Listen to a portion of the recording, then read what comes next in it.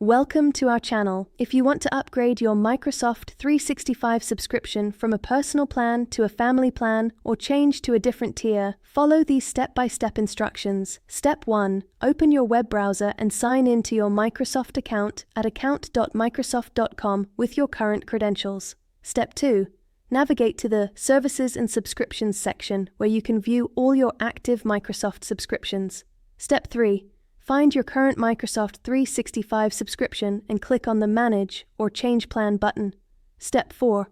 Browse the available Microsoft 365 plans and select the one you want to upgrade to, such as Microsoft 365 Family.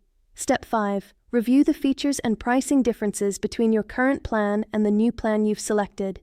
Step 6. Click on the Upgrade or Switch Plans button to begin the upgrade process. Step 7. Enter or confirm your payment information if required. Microsoft will typically prorate any remaining time on your current subscription.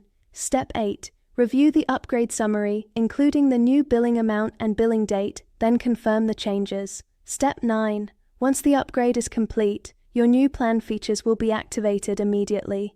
If you upgraded to Family, you can now share your subscription with up to 5 other people by sending them invitations.